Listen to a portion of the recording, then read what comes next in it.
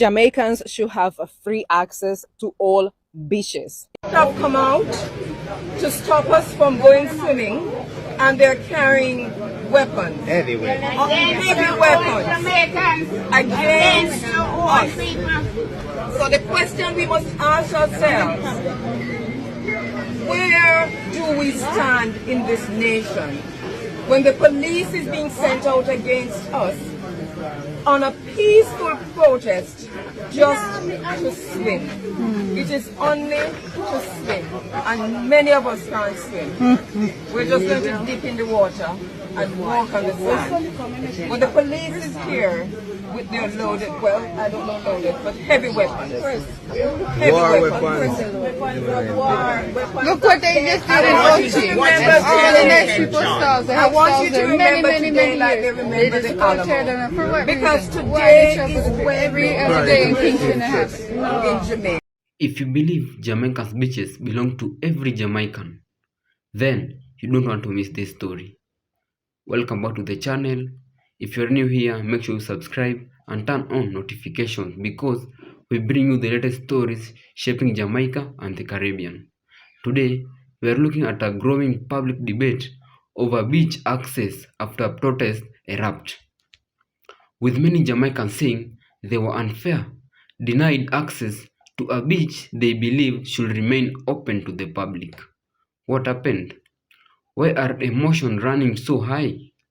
And what does it mean for the government and Prime Minister Andrew Holness?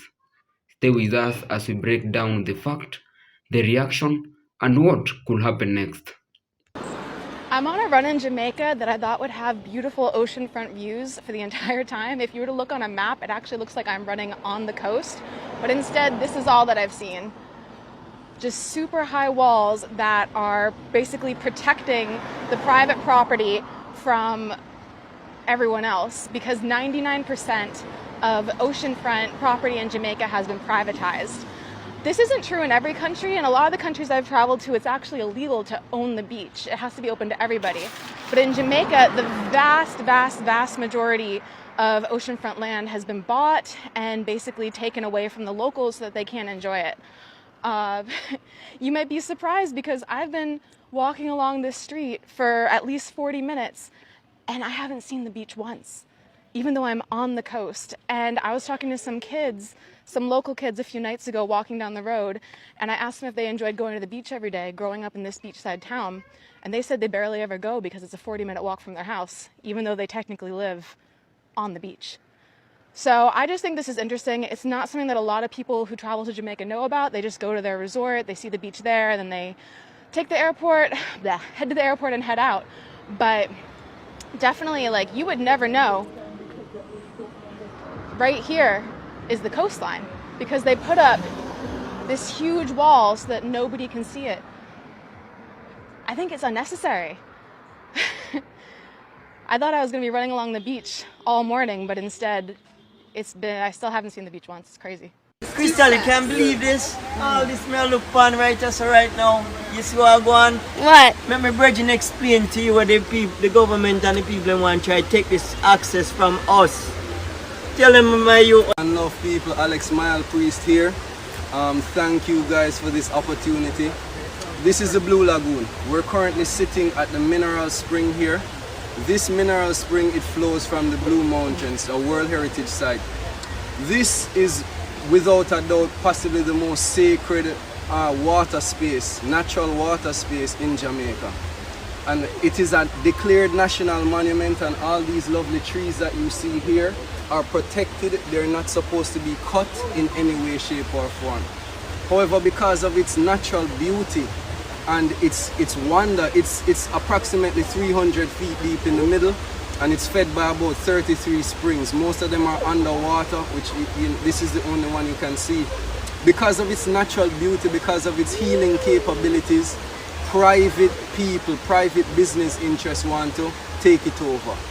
They want to turn it into a boutique spot, you know, for high-end clients, possibly a nice restaurant here, whatever. We are not anti-development.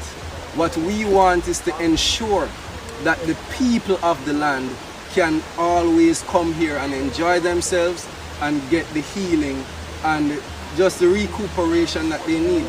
So we have our next court date on the 29th of January this year, and we're not fighting the government, we're just letting them know we need access. We need access, exactly. We need access. Exactly, and it's not just access, it's access for generations to come. Generations to come. Rising generations. Jamaicans should have a free access to all beaches. It is time to stop burying our heads in the sand and realize that pretty soon we will not be able to set foot in certain places in our own island, Jamaica. The public road, which has been used for generations of Portlanders, was closed August 2022 by the Portland Municipal Corporation.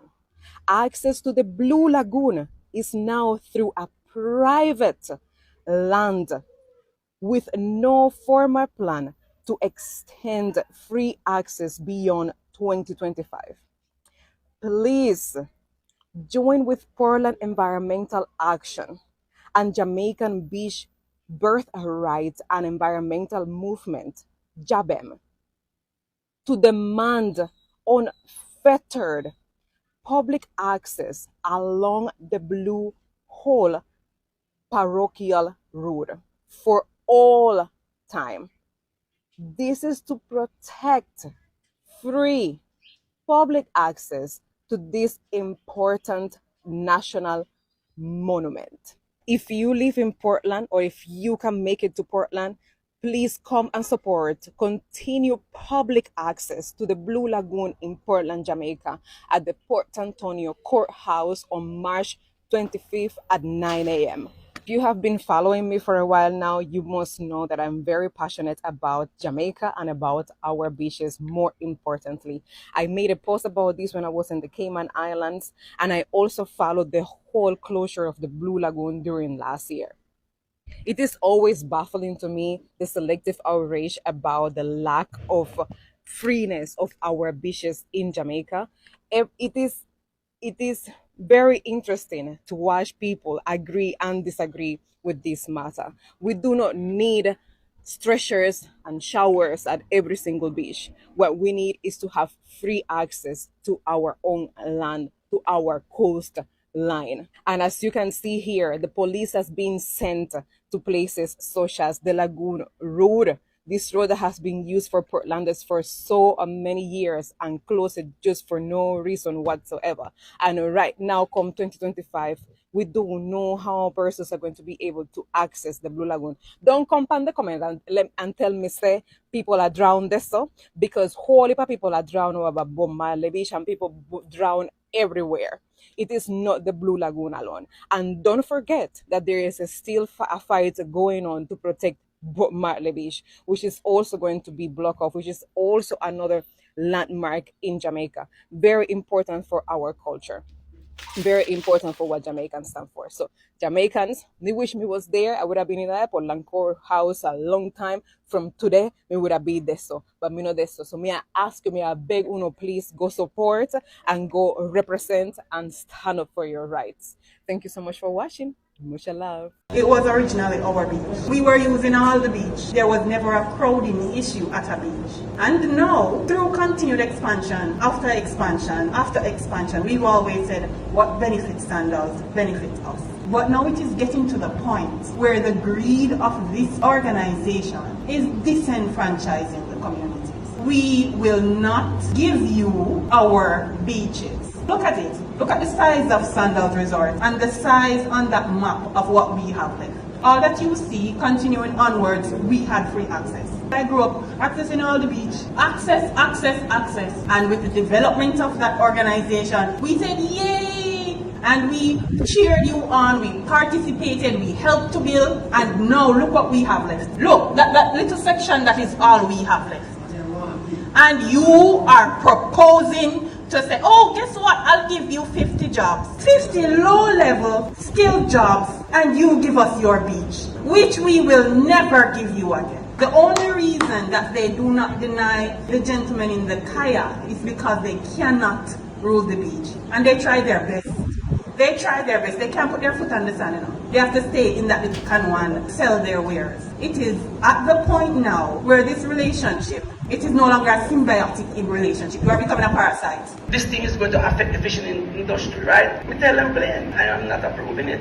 Anything Sandals want, Sandals get. That's the way it goes. Whether we say yes or no, if you say no, you might get this deal. Even with this meeting, I am the president for the group, and I was never informed until Mr. Abdul called me last night and tell me about this meeting. And a customers of mine called me and tell me about this meeting. And we have a fishing group in White House, but apparently they don't want us to come to the meeting because they don't want our voice to be heard. We always have a good relationship with Mr. Stewart from the beginning. He break down bad, because this don't make no sense. That is a form of disrespect.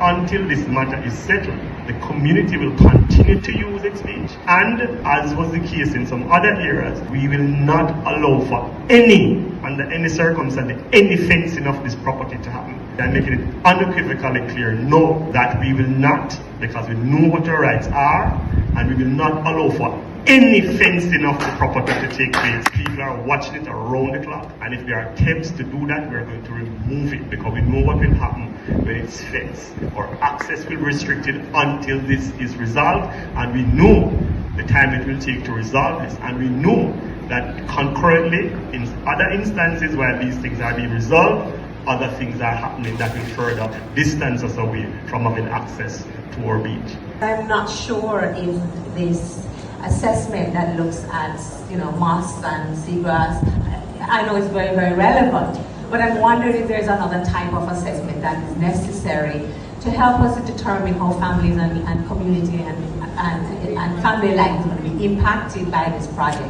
Now, NEPA might not be the relevant agency to take on that piece of the evaluation or the assessment, but maybe we need to be partnering wider to find out which other government entities need to be brought on board to help us really begin to understand what is the impact of having this project in our community.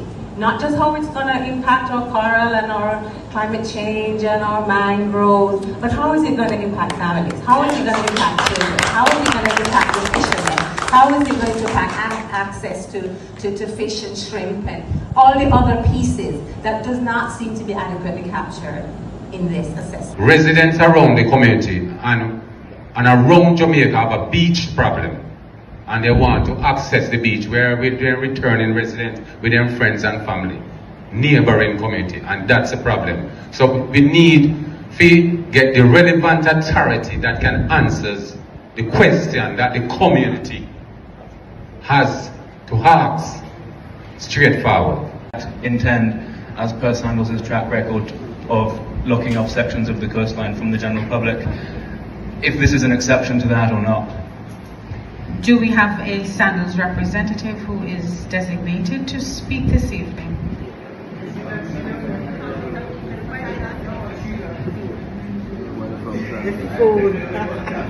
I am not sure. This is really to look at the environmental impact assessment, and that is why Mr. Carroll is actually on stage with me.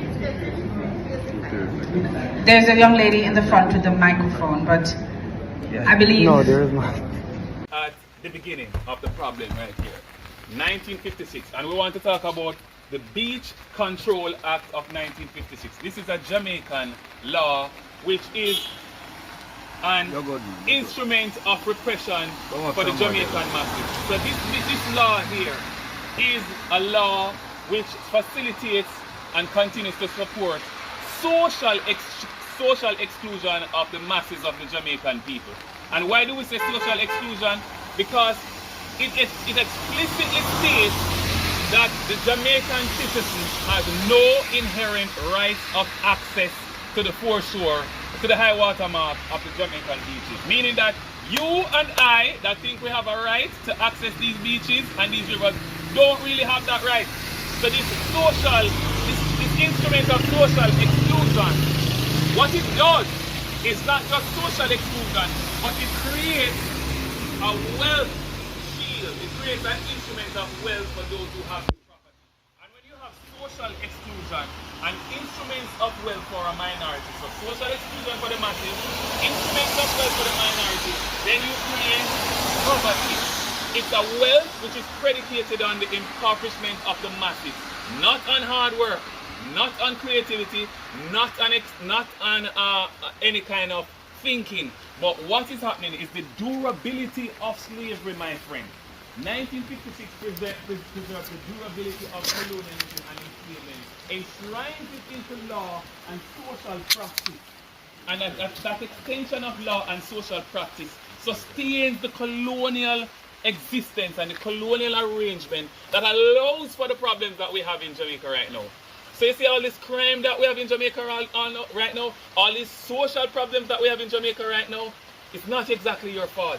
This is built to the Jamaican cake. And in this cake, 95% of the masses have no slice. We have to settle for the crumbs. Within these practices are corruption. Within these practices are social exclusion. Within this practice, look, it's literally discrimination enshrined into law. And we're here today at the Blue Lagoon to say, stop. This must end. We Jabem and many people in Jamaica have been at it. And you know what, we're going to continue. So as long as there's discrimination, as long as there's social exclusion, as long as a 1% in Jamaica decide that the rest of us are not humans and we don't deserve nice things, you will have problems and we will be at you. We have the court case on Monday in the Portland Parish Court, and we have other cases in court. We have the Little Dunshaba case in court, we have the Marley Bay case in court, we have the Bob Marley Beach in court, and we will go for many more. And well-being. The Crown of England owns the beaches in Jamaica. So all of Jamaica. All of Jamaica. So we don't have a public beach. We don't have a beach. You are granted permission through the Prime Minister's office. So you have the permission to use it, and that permission can be revoked. As the situation is evolving in Flankers Providence Beach at this time, where they just choose a developer and dispossess the person. So all these... Right here. Is that the land that they own? Yes, you own the land. Where you find that money? Because it's the first I hear anything. That's the 1956 Beach Control Act. That is currently still the laws on the books right now, as it pertains to engaging the beach. And that book has roots. That book is still that's a book from the UK, from England, right? You're asking about the law? Yeah. Yes, that's rooted in the laws in England. We should be able to use our beaches. We are a beach community. We are beach people. We're a small island surrounded by water. Jamaicans can no longer access their own beaches. This is where they work. Say they don't have a other job. They don't have nothing else to turn to. Tourists can pay for exclusive access to beaches at all-inclusive resorts, but everyday Jamaicans are increasingly being blocked out of them. When you push a fisherman from a beach, where did you want him to go? We are living in between waters, and we have no access to a beach. Some Jamaicans are organizing to take down the colonial-era land laws that still affect them today. Jamaican came into emancipation landless and homeless, and that problem have not changed in Jamaica. And they're suing companies for cutting off their access to the beaches. And we also will not stop until the entire Jamaican public is able to access the beach freely. Did you know that over 99% of Jamaica's beautiful coastline is inaccessible to Jamaicans because of British colonial law? I'm here with members of Jaben who will be talking to you about what you can do to help this issue. We need some justice. Tourists boycott hotels in Jamaica that does not allow Jamaicans to access the beaches. Jamaicans in Jamaica support Jabem's protest. Push your MP to support repealing and replacing the Beach Control Act of 1956 and ensuring Jamaicans have rights to access their beaches. Come to the court to support court actions to protect the beaches in Jamaica. Share this video. Beach access is a human right. Jamaicans demand access to the nation's beaches. Have no right. According to the Beach Control Act of 1956, a legislation that was passed in the Parliament of Jamaica when Jamaica was not an independent nation.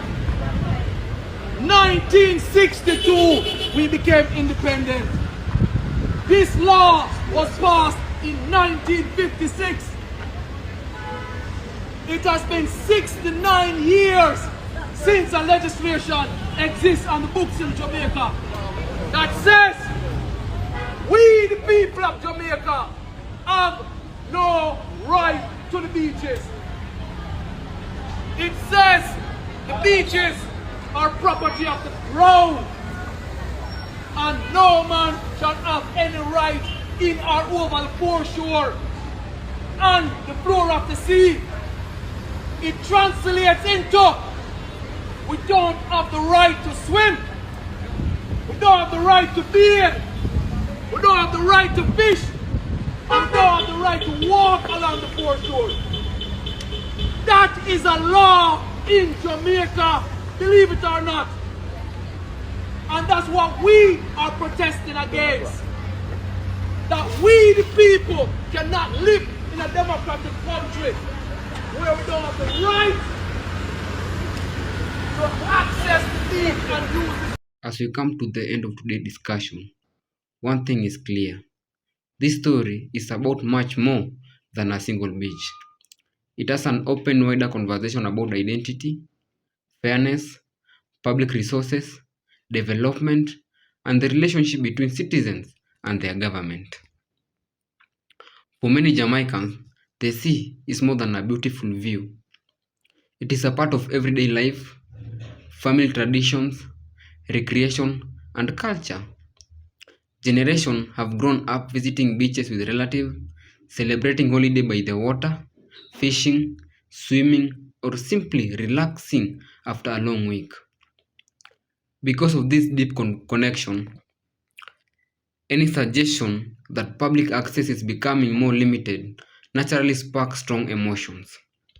At the same time, Jamaica depends heavily on tourism, hotels, resorts, and tourism-related investment provide employment for thousands of people and generate significant income for the country. Successive governments have urged that encouraging investment help create jobs, improve infrastructure, and strengthen the economy. This is where the debate becomes more complicated. Many people believe Jamaica should continue attracting investors while also ensuring that public beaches remain accessible and protected. Others argue that when development appears to reduce public access, citizens deserve clear explanation and meaningful consultation before decisions are made. These are the questions that could not be answered with slogan alone. They require careful planning, transparency, and open dialogue. Whenever protesters occur, they remind leaders that citizens want their concern to be heard. Peaceful demonstrations have long been a way for communities to express frustration and call attention to ensure they believe and deserve action. At the same time, lasting solutions usually come through constructive discussion, public participation, and respect for the rule of law. For viewers watching from across the Caribbean and the Jamaican diaspora, this issue may feel especially personal. Many people who now live abroad still return home hoping to enjoy the same beaches they visited as children. They continue to feel a strong connection to Jamaica coastline, culture, and communities. It is also important to remember that every major public issue has multiple perspectives. Government officials may point to effort or balance development with public access. Community growth may urge that many protectors are needed. Business owners may emphasize the importance of investment, while residents may focus on preserving traditional access to the coastal line. Understanding these differences viewpoints help create a more informative conversation. One lesson from this story is that public trust is built through communication. People are more likely to accept difficult decisions when they understand how those decisions were made and when they feel their voices were genuinely considered. Transparency can reduce misunderstanding, while silence often creates uncertainty and speculation. Other lesson is that public spaces carry emotions value that goes beyond economics. Beaches are places where families create memories, children learn how to swim, friends gather on weekends, and communities celebrate together. That emotional conversation explains why debate should access often becomes so passionate. As citizens continue discussing this issue, it is worth asking broader questions. How can Jamaica continue welcoming investment while ensuring that public spaces remains available for the future generation? How can laws and policies be implemented fairly and consistently? How can communities, businesses, and government work together instead of viewing one another as opponents? These are the simple questions, but these are important ones. Continue around the world faces similar challenges, and they balance economic development with protecting public resources. Jamaica is not alone in navigating these difficult choices. Regardless of political affiliation, many Jamaicans ultimately want similar outcome. A growing community, a growing economy, opportunity for young people, strong community, transparent leadership, and continued access to the natural beauty that makes the island unique. This is why respectful dialogue matters. Listening to different opinions does not mean abandoning your own beliefs. Instead, it creates opportunities to find common ground and practical solutions that benefit everyone. As this story continues to develop, fact will matter. Official statement, court decision, while applicable, community response, and verified report should guide public understanding rather than rumors circulating on social media. Stay informed, help ensure that conversation remain productive and based on reliable information. Thanks for watching, for asking the time to engage with us with the discussion. Your opinion matters, and respectful conversation helps strengthen our communities. If you found this video and our analysis valuable, don't forget to like this video, subscribe to the channel, and turn on notification so you never miss our latest update on Jamaica and the Caribbean. Share this video with your friends and family, and let us know your thought in the comment below. Until next time, stay informed, stay respectful, and thank you for watching.